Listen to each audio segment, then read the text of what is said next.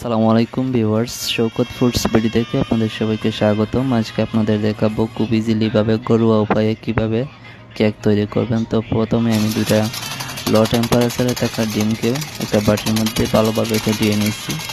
এরপরে half cup পরিমাণ চিনিকে আমি 2 থেকে 3 বারে মিক্স করছি ডিমের সাথে। 2 থেকে 3 বারে মিক্স করবেন, তাহলে ডিমের সাথে চিনিটা খুব সহজে মিক্স হয়ে যাবে। এরপরে আমি পরিমাণ মতো একটু চিনি সয়াবিন তেল অ্যাড করছি। সয়াবিন তেল দিলে কেকটা অনেক স্পঞ্জ এবং মজাদার হয়। এরপরে আমি এখানের মধ্যে 1.5 কাপ পরিমাণ ময়দা অ্যাড করছি। ময়দা দেওয়ার পরে পরিমাণ মতো আধা চামচ পরিমাণে খাবার সোডা ইউজ করছি। করে সবগুলো উপকরণকে ভালোভাবে মিক্স করে ফেলবেন। আমি অন্যদিকে একটা বাটির মধ্যে একটা পেপার দিয়ে একটু তেল মালিশ করে ফেলছি, যেটার মধ্যে কেক তৈরি করব।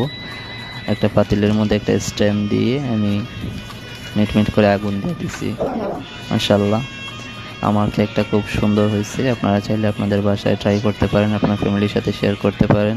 অনেক মজাদার এই কেকটা, একবার খাইলে বারবার খাইতে ইচ্ছে করবে। আপনি একবার যদি বানায় খান বাসায়, আর বাজার থেকে কিনে খাবেন না। আমরা খাইছি, অনেক মজা হয়েছে। যারা যারা খাইছে তারাও সবাই রিভিউ বলছে অনেক মজাদার কেক হয়েছে।